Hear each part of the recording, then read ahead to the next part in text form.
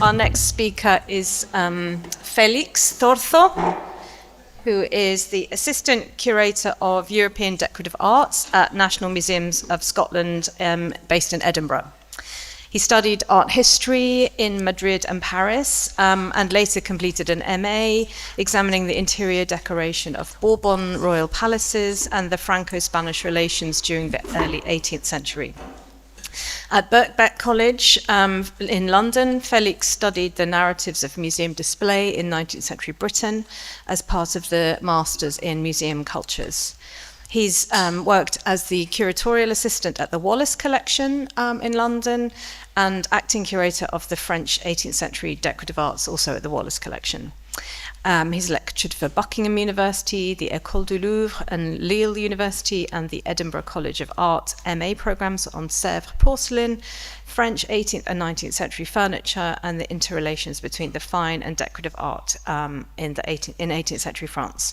So since joining the National Museums of Scotland, Félix's research has broadened to include Spanish ceramics from the 14th to the 19th centuries, as well as Golden Age polychrome sculpture. And I believe he has an article coming out, so much of what he's going to be talking to us about is partly based on his article, but also more widely on collections within Scotland. So thank you very much, Félix. Thank you. Thank you, Mariam. That was a great introduction, and also thank you to Jaume and to Asan and the team here in the museum for the kind invitation. In my talk, I will discuss the case of National Museums Scotland and also Glasgow Museums, the two leading public Scottish institutions with holdings of Spanish medieval ceramics, although you will have to be forgiving with me and allow me to expand this chronological constraint for focusing only on truly medieval objects, which show a skewed image of the collecting practices of Scottish public museums. As Mariam mentioned, the research for this paper originated as part of a conference organized last year and dedicated to the commerce and circulation of the decorative arts from the end of the French Revolution to the First World War, and its proceedings are going to be published as part of an article. So let's start with Edinburgh. Established in 1854 in the wake of the resounding success of London's 1851 Great Exhibition, the Industrial Museum of Scotland operated under the direction of the Department of Science and Art, and we have heard about the Science and Art Department for a while. This was a governmental body in charge of the South Kensington Museum in London, but also other museums across the British Isles, such as the Museum of Irish Industry in Dublin, now the National Museum of Ireland, and the museum in Edinburgh. Its second iteration was the Edinburgh Museum of Science and Art, which included the collection of the National Natural History Museum. And in 1904, the museum was renamed the Royal Scottish Museum after South Kensington's rebranding as the Victoria and Albert Museum. It was only in 1985 that the collections of the Royal Scottish Museum were amalgamated with those of the National Museum of Antiquities of Scotland, which focused on collecting objects that explained the Scottish history. And it became National Museums Scotland, or NMS as we refer to it usually. A branch of South Kensington, the museum in Edinburgh also aimed at improving British industries through the display of, I quote, the various steps in manufacture from raw material to the finished article, end of quote. Of course, this included the country's burgeoning ceramics industry. As we will see, in the case of Spanish ceramics, the museum prioritized their so-called Hispano-Moresque wares, in line with what European collectors considered desirable and curators in London appropriate. Other Spanish ceramics were acquired more sparingly by the museum, often donated or purchased at very low prices.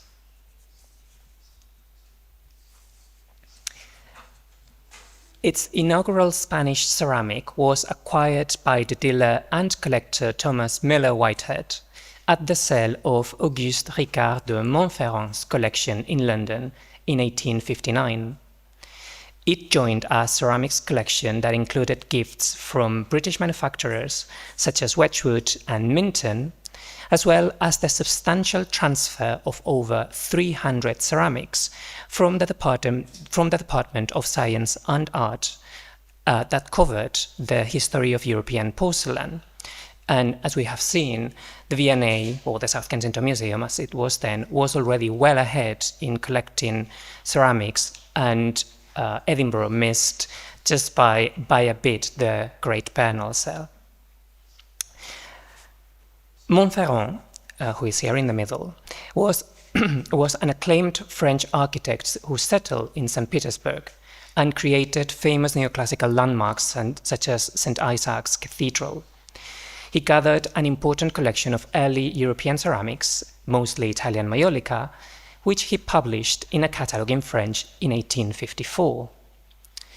After his death, his collection was taken to London, where it was exhibited before the auction in 1859. To entice prospective buyers, his aperçu sur l'art céramique italien was expanded, and the English version, the illustrated catalogue, was published just before the sale.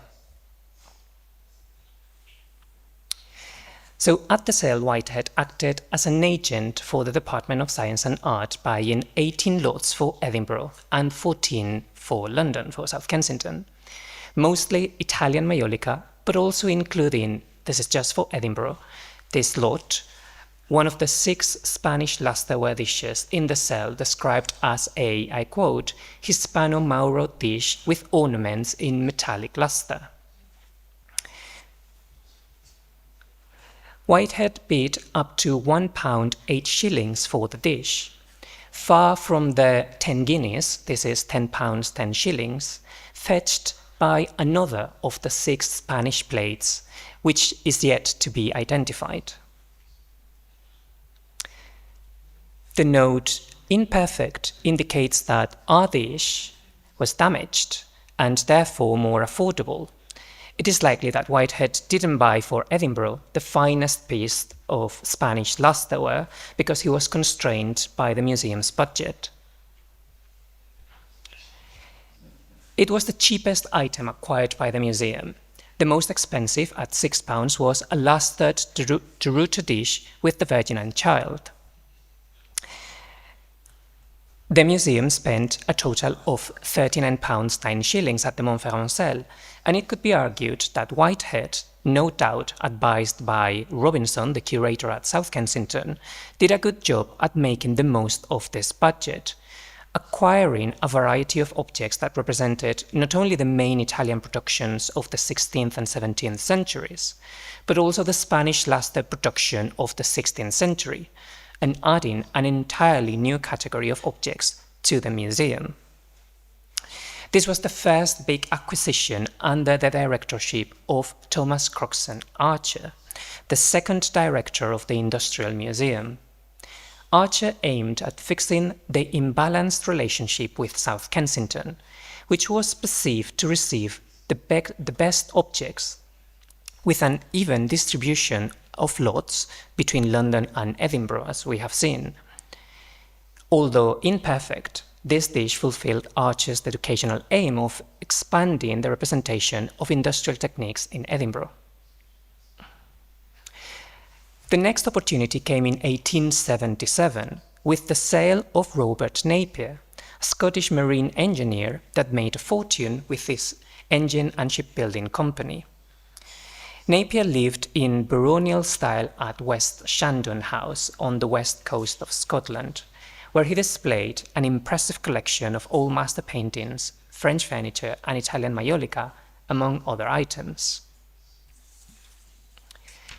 18 years after the Montferrand sale, Robinson and Whitehead continued to advise and act on behalf of the museum in Edinburgh.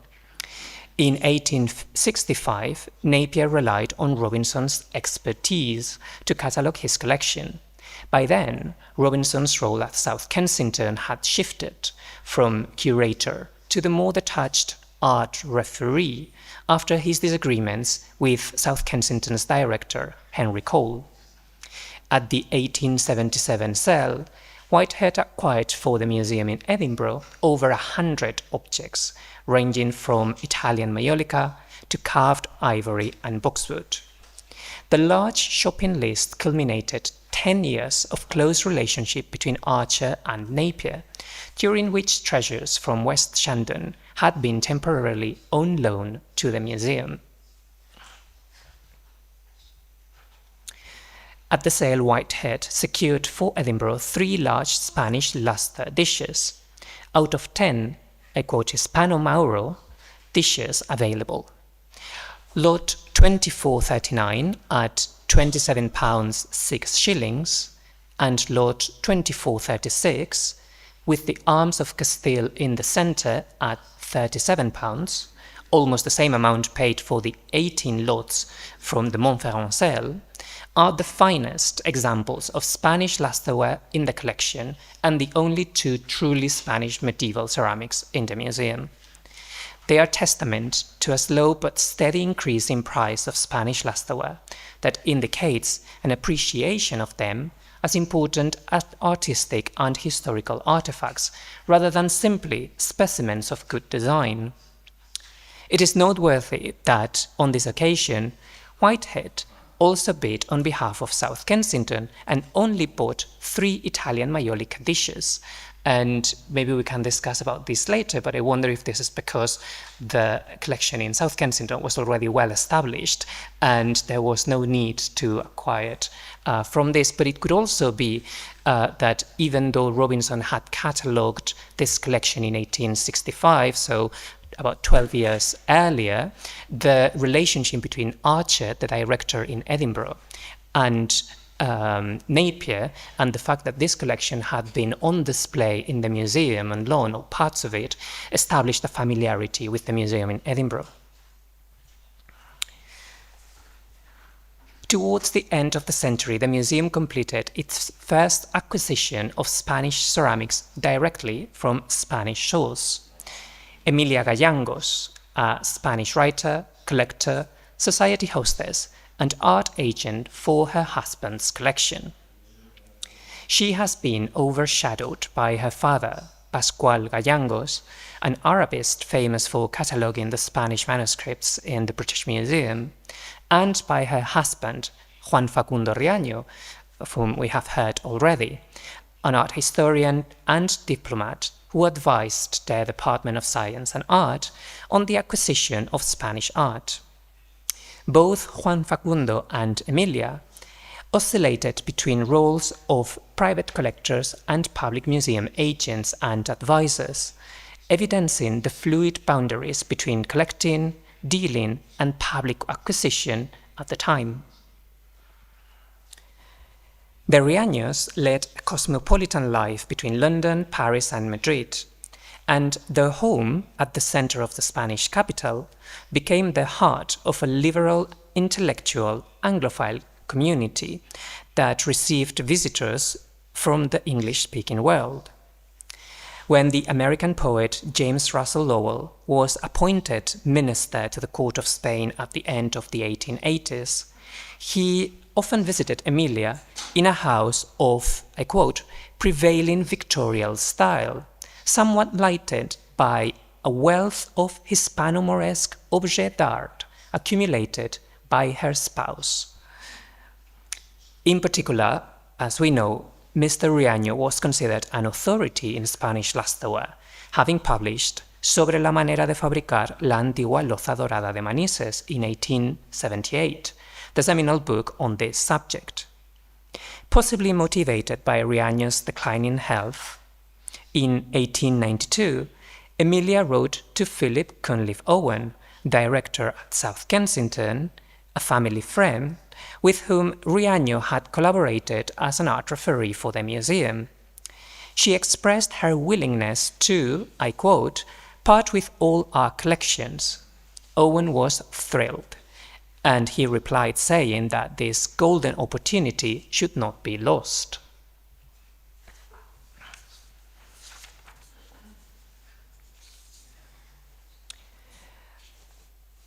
The collection was sent on loan to South Kensington for 6 months, with the option of purchase between London, Edinburgh and Dublin.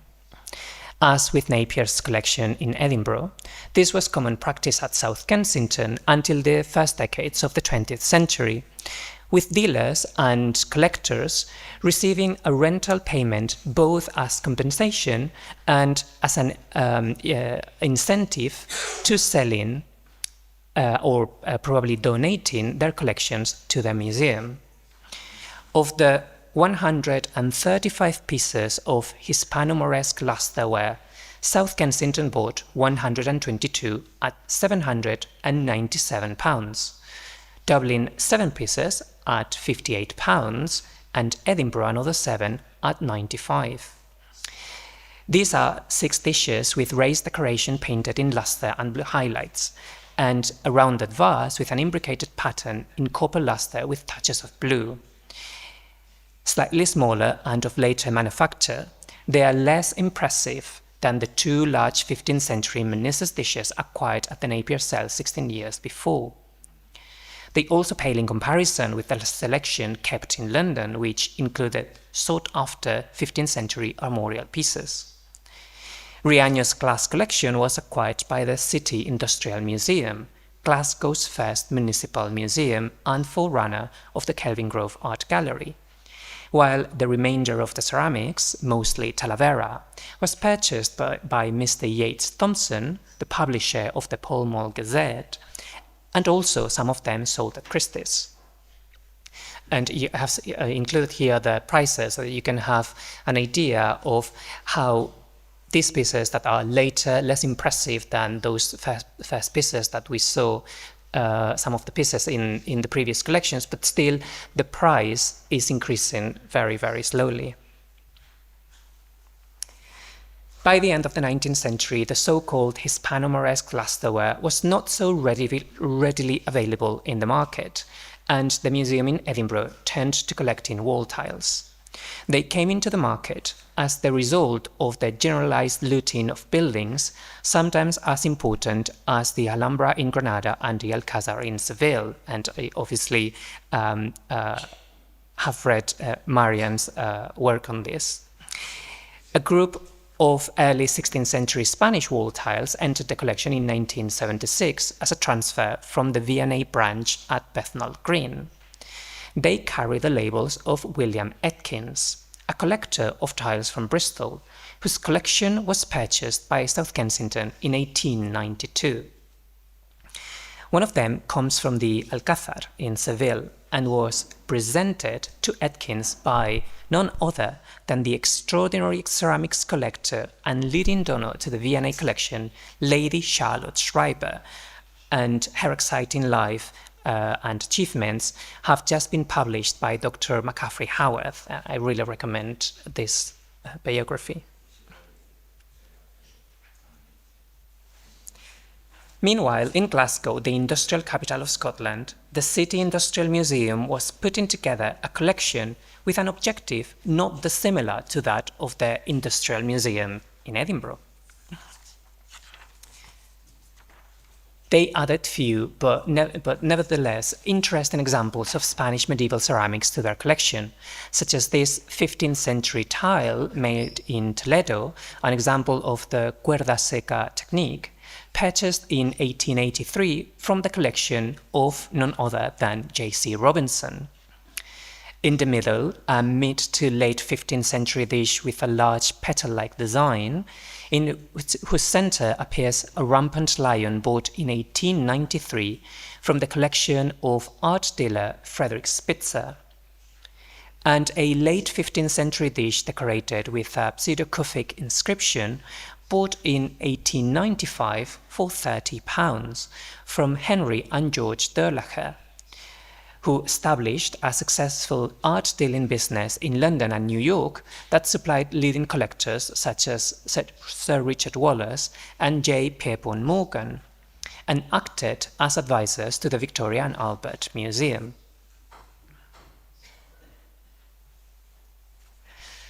However, the main bulk of the collection of Spanish medieval ceramics at Glasgow museums today was authored by Sir William Burrell in the 1940s. For this section, I would like to thank Ed Johnson, curator of medieval and Renaissance art at the Burrell, for kindly sending me archival information, and to credit the work of Dr. Noura Al-Gailani. The son of a shipping merchant, William Burrell made a fortune before turning 40 and dedicated the rest of his life to art collecting, from Gothic tapestries, his true passion, to Degas pastels. In May 1944, he gave his collection to the city of Glasgow, a collection that kept growing until his death in 1958. During this 14-year period, and with the idea of a museum that would tell a comprehensive history of art, Burrell started collecting beyond his personal taste. For instance, between 1944 and 1948, he bought nearly 600 pieces of European ceramics, including Spanish lustre. These purchases benefited from a depressed post-World War II economy, with collections coming to the market at lower prices and a general lack of appetite for artworks. In total, he acquired 42 Spanish lustreware ceramics. The first one may have entered the collection as soon as 1918. This Meneses dish with a bull on a foliate background with cobalt blue highlights. It was possibly bought from the art dealer Herman van Schlochem, who sold all master paintings and objets d'art from his shops in New York and Paris, and from 1918, the year of acquisition of this dish, and coinciding with the First World War, also a shop in London.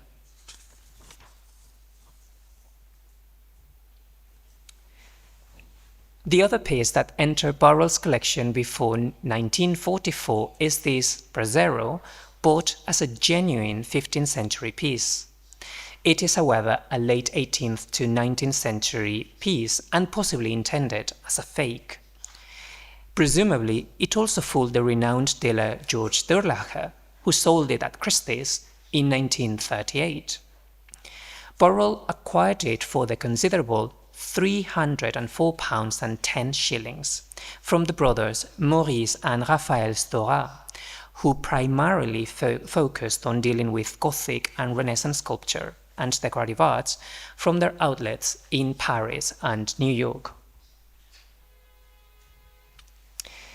Burrell's purchases of Spanish lustreware exponentially grew after 1944, with the gift to the city of Glasgow. These 6 dishes bought in 1948 from the London-based dealers Frank Partridge and Sons had belonged to the British Conservative politician and philanthropist Sir Alfred Beit, who passionately collected old master paintings and decorative arts for his country house in Ireland. In addition to his father's collection, Beit also inherited that of his uncle and namesake, Alfred Beit Sr. for clarity. A German Jewish financier, Beit Sr. made his fortune through the diamond and gold mining industries in South Africa. In his Park Lane home in London, Beit Sr. amassed old master paintings, Renaissance bronzes, Maiolica and Hispano-Moresque ceramics, praised by his friend and advisor William von Bode, who also advised other landlords such as Julius Werner and Max Michaelis. Beit Jr. died in 1994, and what could have prompted him to sell part of his collection before 1948 is a considerable change in his life. Having lost his seat in the House of Commons in 1945, he left England for South Africa. Whether these 6 dishes belonged to Beit Sr. previously is still to be determined.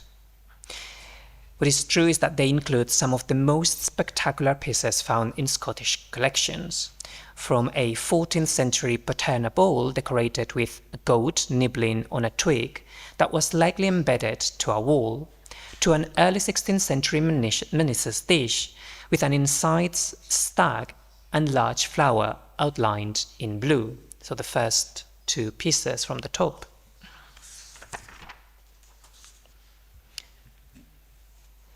It is interesting to note that the armorial dish known as the Tondi family dish, bearing the arms of the Sienese Tondi family, was first owned by the Durlacher brothers, who come up again here in this story. This is also the most expensive Spanish ceramic bought by Barrel at £500. The Tondi dish is closely followed in price at £420 by another mid-14th century piece, a brasero bearing a coat of arms of an eagle on a domed shape with a fleur-de-lis by its feet. Its back displays a large splayed-lusted eagle. The group includes two further pieces with armorial devices featuring an eagle, a late 15th century dish bought for £320, and to the left, a mid-16th century piece documented in the collection of the Bridges family in Somerset since 1685. Known as the Feversham dish because its display at the Bridges Manor during the visit of Royal Commander Lord Feversham, it is one of the oldest known Spanish lustre dishes still in Britain. It was later owned by a certain Mr. Stradling and was sold at auction in 1902. A working theory is that Alfred Byte Sr. could have bought the dish at the Stradling sale, which then passed into the collection of his nephew before Barrel acquired it. Barrel must have developed an appetite for Spanish lustreware. 2 weeks after the Byte Partridge purchase, he got this magnificent mid-15th century brasero with a coat of arms depicting a fish from Maurice Harris's shop at London's Royal Arcade for the modest sum of £130, especially if we compare it with the earlier purchases. Burrell also used the services of Partridge and Sons to acquire for £105 this ceiling tile decorated with a coat of arms at Sotheby's at auction in 1950.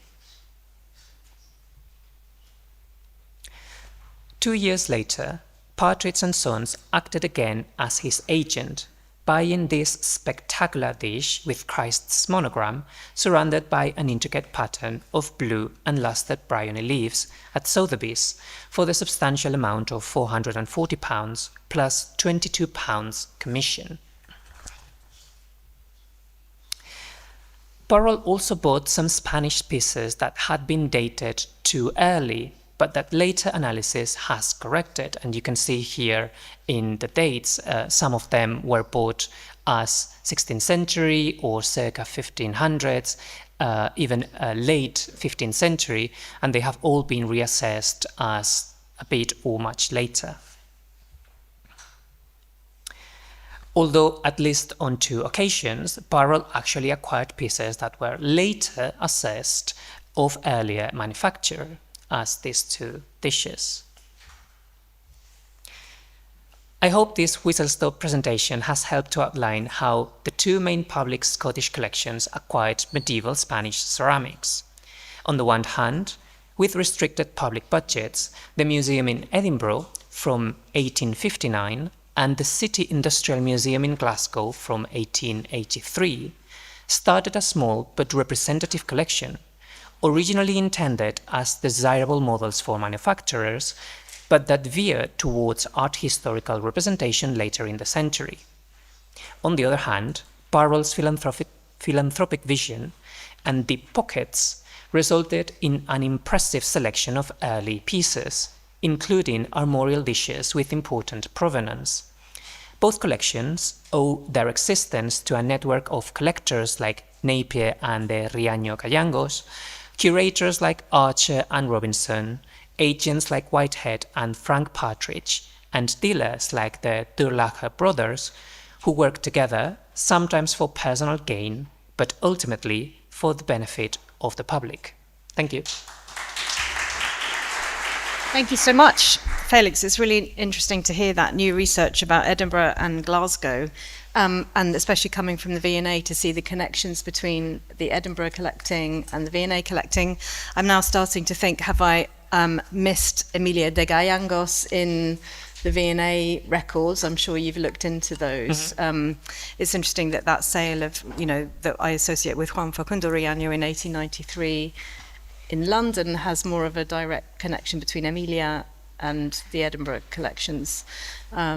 So what I saw mostly in the collection in the museum in Edinburgh, but also looking at some documents at the V&A, is that they usually refer to as Mrs. G.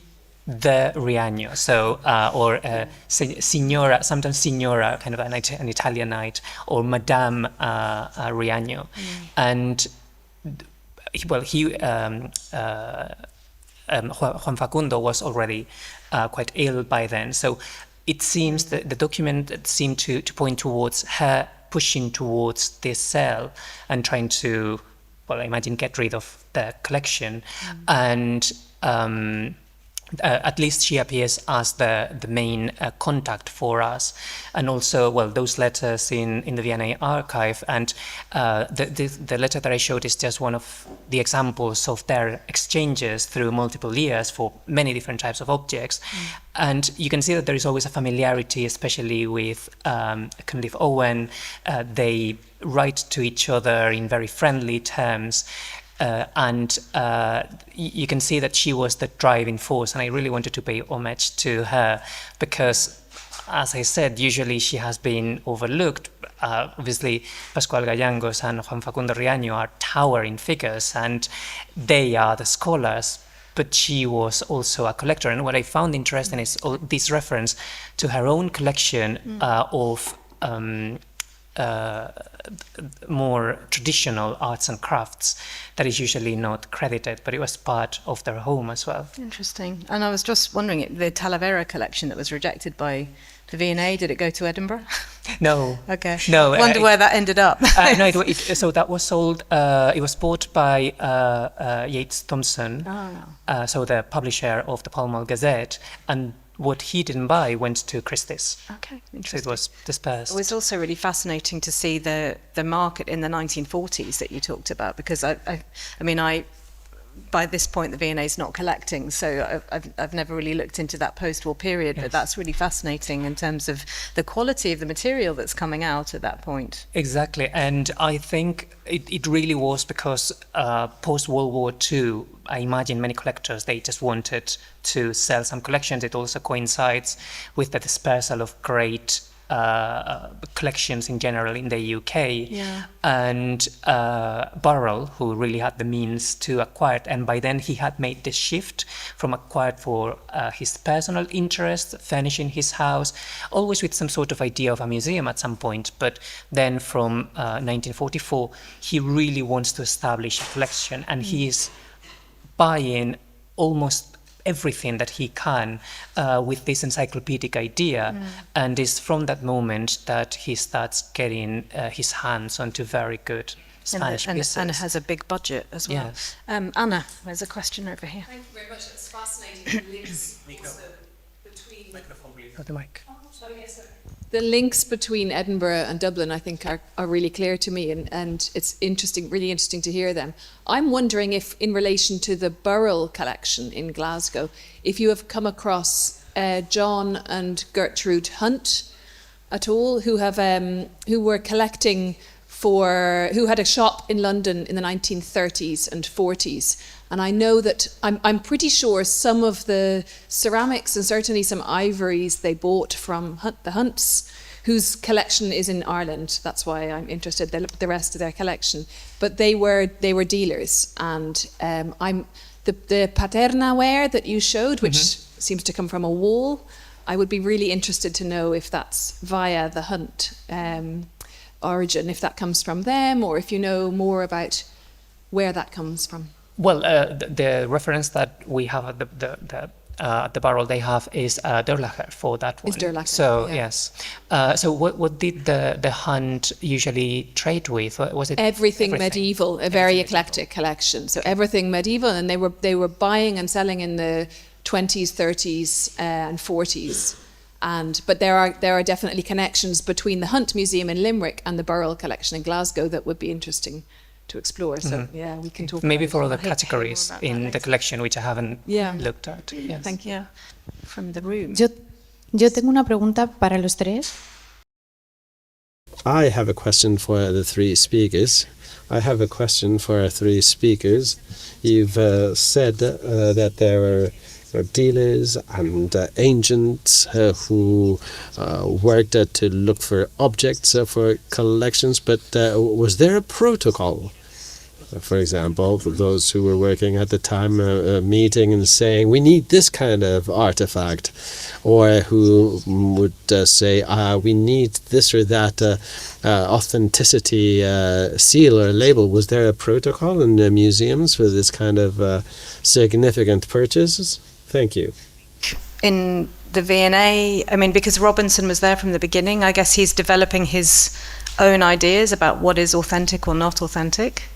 Also, what is, he's trying to unravel this question about what is Malaga, what is Manises.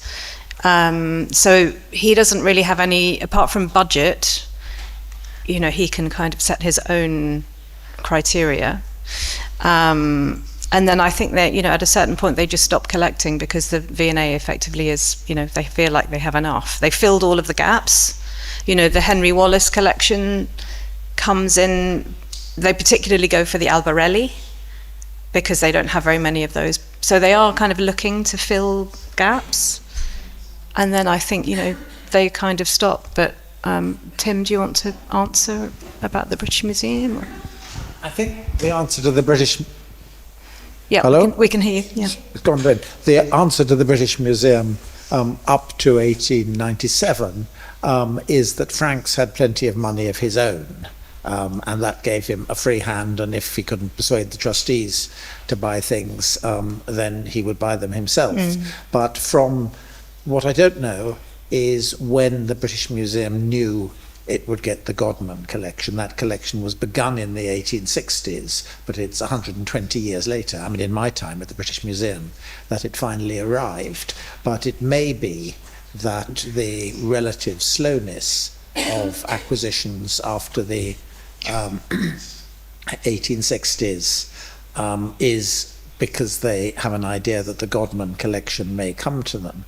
But the problem at the British Museum was that one of probably the greatest man who ever worked for the British Museum was Panizzi, the Italian librarian who was director of the British Museum from the 1860s. And he was on quite good terms with Henry Cole, who was still effectively running the South Kensington Museum. And he at one point writes to Cole saying, you can have the Bernal acquisitions and Franks with them. So the British He didn't like them. He really wanted the British Museum to be a traditional kind of collection of books and classical antiquities. And so at that point, Franks's hand was very much weakened because his director didn't want to buy the kind of things he'd been buying at all. And the issue of duplication with South Kensington was also becoming an issue. And so fortunately, Franks had money, and above all, fortunately, there was Godman. Godman was a trustee of the British Museum in the 19th century, was also a natural history collection, and it split off towards the end of the 19th century to become the British Museum Natural History, what is now the Natural History Museum.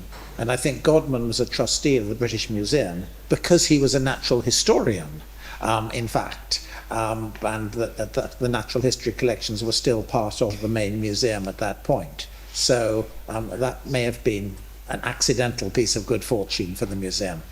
And do you want to say anything about Edinburgh? So More than you've said already. for Edinburgh in particular, or the 19th century at least, the the documents are very scarce for this. We don't even know much about the curators. We know about the director, Archer, which is the main force for acquiring this early and to try to keep this balance and to position Edinburgh at almost the same level as London with the South Kensington Museum. And his papers are scarce and they're not as eloquent. So obviously we are persuaded that these conversations would have happened, but there is no proper record of them.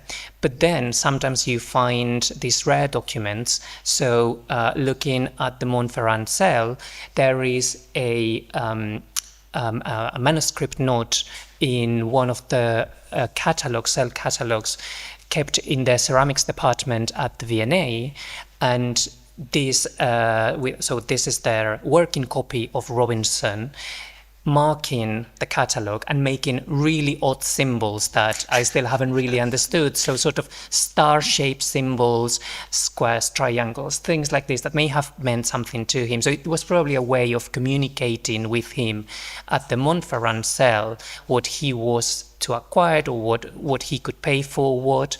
And then there is this scrap of paper, probably on Robinson's hand, I don't know, listing what he got first for London and then for Edinburgh and tallying the different prices. So that tells you that there's a working document that tells you that those conversations must have happened. So Whitehead, when he went to the cell on behalf of Robinson, would have known quite certainly what to bid for and what not. But we can only guess what that could have been. But it's very interesting, definitely. Should we? I think we need to move.